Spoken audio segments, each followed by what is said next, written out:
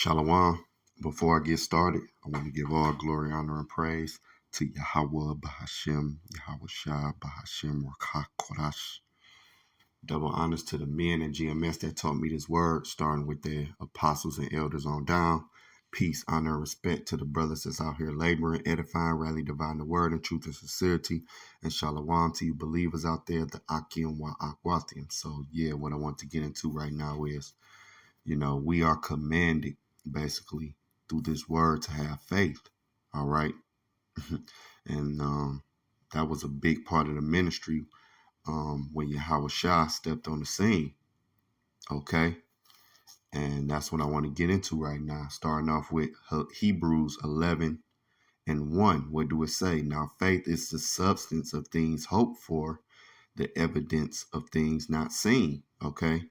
Because if you got a bill and your bill is $50 and you have $300 in your pocket, well, you don't really need faith. But if you have that same bill and you have $10 in your pocket, you have to step out on faith to get that money. Okay. And that's just on a low level, bringing an example. Okay. All right. Because I know we all have bills and we all came up short at some point in time where you had to go out and get it to pay a bill. Okay. But we are commanded to have faith. Faith in who? Yahweh Hashem Yahweh Shah. All right. Faith in his word. Okay. And when you go to when you go to First Maccabees, the second chapter, all right, starting at 61, it says, and thus consider ye throughout, and this is when Mattathias, okay, was drawn, he was about to die. He started talking to his sons and giving them instructions before he passed. Okay. Now, First Maccabees, the second chapter, starting at 61, it says, and thus consider ye throughout all the ages that none that put their trust in him, and that him is speaking about Yahweh Hashem Yahweh Shah, shall be overcome. Okay. And that is a true statement. And it's reiterated. Really, it goes hand in hand when you go to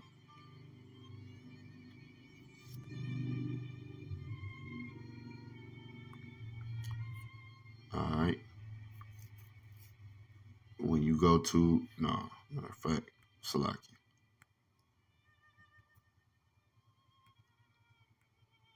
when you go to Ecclesiasticus, all right, the second chapter, all right, verse 10, it says, look at the generations of old and see, did ever any trust in the Lord and was confounded? Or did any abide in his fear and was forsaken? Or whom did he ever despise that called upon him? Okay. And that's nobody. All right. You see what I'm saying? Look at the generations of old and see, did any ever trust in the Lord and was confounded? No. And when you learn these scriptures and have read these scriptures, you understand that these are true statements being made. All right. That was a true statement being made by Mattathias. Okay. So going back, okay, the First Maccabees, the second chapter. All right. And I'm going to read 61 again. It says, and thus consider ye throughout all ages that none that put their trust in him shall be overcome. Verse 62, fear not the words of a sinful man, for his glory shall be dung and worms. Okay. And this was him giving instructions about how to deal, with these heathens. Okay. Because at that time, Antiochus or Antiochus, he was the king, okay, putting hell on our people, man. Okay, 62 again, it says, fear not the words of a sinful man, for his glory shall be dung and worms. All right, and what do it say in Job? When you go to Job, the 20th chapter, starting at verse 4, what do it say? Knowest thou not this of old, since man was placed upon earth, that the triumphant of the wicked is short? And that wicked is talking about Esau, Edom. Okay. And the joy of the hypocrite, but for a moment, because we all know Esau, Edom got the fatness of the earth, but it's not perpetual, meaning it's not forever. All right. It's temporal. And though we may a lot of times haste for the day that this devil is taken out of power, all right, really, to the Lord, it's a short time, okay? And it's only for a moment. It's only going to be a spark. When we get to the kingdom going to be forever. And this right now, where we live in, this life on this side is really a spark, okay? So verse 5 again, that the triumphing of the wicked is short, and the joy of the hypocrite but for a moment. Though his excellency mount up to the heavens, and his head reach into the clouds, yet shall he perish forever like his own dung. They which have seen him shall say, where is he? Right, and that's what we're going to say. Where is he? Especially after that 1,000 years of his rigorous slavery. All right, he's going to be out of here. And when we in the kingdom, Esau, Edom, the so-called white man, they will have no more memorials. You're not going to be in the kingdom and talk about Thomas Jefferson or see Jefferson Street, all right, or see any memorials of these devils. But what did it say? Yet he perished forever like his own dung. Okay, so when you go back to First Maccabees, the 2nd chapter, all right, 62 again, it says, fear not the words of a sinful man, for his glory shall be dung and worms. Okay. Verse 63, today he shall be lifted up, and tomorrow he shall not be found. Like I was saying, when his reign is over, Esau, Edom will be done. And that's even reiterated in Wisdom of Solomon, the 2nd chapter. All right. Because he is returned into his dust, and his thought is come to nothing. All right. And when you go to Isaiah 47:1, what do it say? Come down and sit in the dust, O virgin daughter of Babylon. All right. And that we already know the virgin daughter of Babylon is talking about what? America. Sit on the ground. There's no throne. Okay. And when you talk about America, who are the ruling nation in power? The Edomites, the so-called white man. Okay. Continuing on to Isaiah 41, there is no throne, O daughter of the Chaldeans, for thou shalt no more be called tender and delicate. Okay. So when you go back, First Maccabees, chapter 2. All right. And again, 63.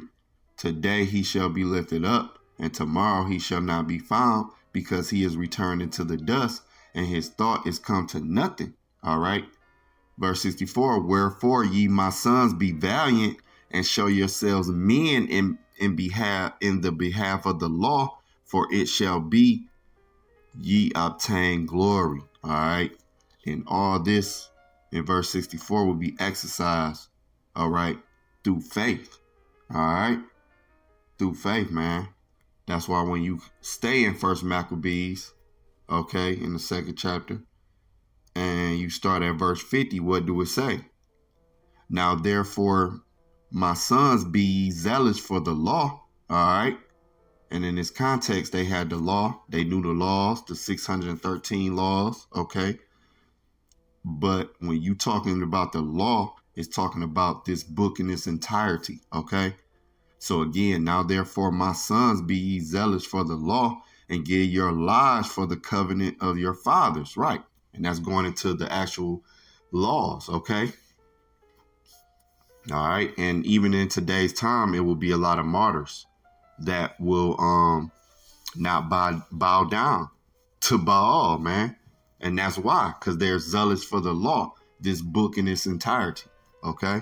Verse 51, call to remembrance what acts of our fathers did in their time, so shall ye receive great honor and an everlasting name. Right.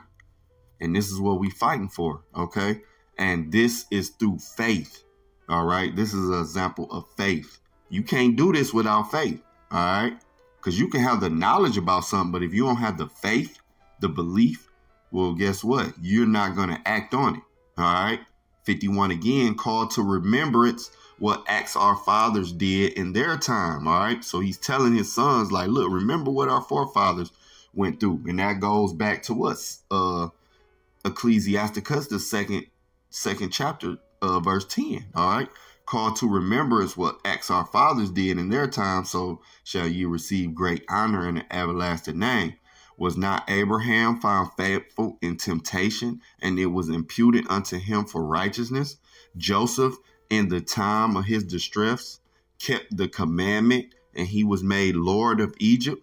Phineas, our father, being zealous and fervent, obtained the covenant of an everlasting priesthood. Yahushua fulfilled, was made a judge in Israel. Caleb, for bearing witness before the congregation, received the heritage of the land. David, being merciful, possessed the throne of an everlasting kingdom. Elias, for being zealous and fervent for the law, was taken up into heaven. Ananias, Azarias, and Mishael, by believing, were saved out of the flame. Daniel, for his innocency, was delivered from the mouth of the lion. And thus consider ye throughout all the ages that none that put their trust in him shall be overcome. Right. And when you put your trust in somebody, you have faith in them. And we are to have faith in Yahweh, Bahashem Yahushua. And this go hand to hand with what? Hebrews, the 11th chapter. All right. And let me get that and get a couple of examples. All right. So going back again, Hebrews 11 and 1. All right. Now faith is the substance of things hoped for, the evidence of things not seen. Okay. And when you jump down to verse 7, what do it say? Going hand in hand with Second Maccabees. Okay. First Maccabees. All right. The second chapter. Okay. What was that? Like 50 through 60? Hebrews 11, verse 7, by faith, Noah, being warned of the Most High of things not seen as yet, moved with fear, prepared an ark to the saving of his house, by the which he condemned the world and became heir of the righteousness which is by faith. Okay? And we all know what happened with Noah in the ark, man, and everybody that didn't have that same beliefs or faith, because Noah prophesied and preached for 100 and something odd years, 20 something odd years. Well, guess what? Everybody that went in that ark, hey, they was found belly up, man. Even when you jump down to verse 17, by faith, Abraham, when he was tried, offered up Isaac, that he that received the promises offered up his only begotten son, of whom it was said that in Isaac shall the seed be called, accounting that the Most High was able to raise him up even from the dead, from whence also he received him in a figure. Okay? See? When you go to verse 24, what do it say? By faith, Moses, when he was come to years, refused to be called the son of Pharaoh's daughter, choosing rather to suffer affliction with the people of the Most High than to enjoy the pleasures of a sin for a season. And this is something that we're going to have to do in the times to come. All right? By not taking that, what? Karama, MOTB. All right? This is, our forefather Moses showed us that sign, because he could have been owned in Egypt. But what he do? Verse 25, choosing rather to suffer affliction with his people. All right. That's what he did. All right. Choosing rather to suffer affliction with the people of the Most High, than to enjoy the pleasures of sin for a season, esteeming the reproach of a Mashiach greater riches, okay, than the treasures in Egypt, for he had respect unto the recompense of the reward, okay? And that was all through what? Faith. And that's going to bring me up to Hebrews 11, verse 6, which say what? But without faith, it is impossible to please him, for he that cometh to the Most High must believe that he is, and that he is a rewarder of them that diligently seek him. So yeah, I just wanted to put this out here. Lord willing, it was edifying. To the next lesson. Shalom.